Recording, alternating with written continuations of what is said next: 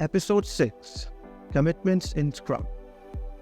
Welcome back. Today we are going to talk about the commitments that are embedded in each Scrum artifact. These commitments help keep the team focused and aligned with their goals. Each Scrum artifact has a specific commitment associated with it. The product goal for the product backlog, the sprint goal for the sprint backlog, and the definition of done for the increment. The product goal is the long-term objective for the Scrum team. It's what the team works toward over time, and it guides the evolution of the product backlog. The product goal provides a clear direction for the team's efforts. The sprint goal is the single objective for the sprint.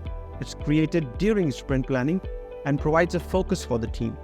The sprint goal helps the team understand why they are working on a specific set of product backlog items. Finally, the definition of done is a shared understanding of what it means for work to be complete.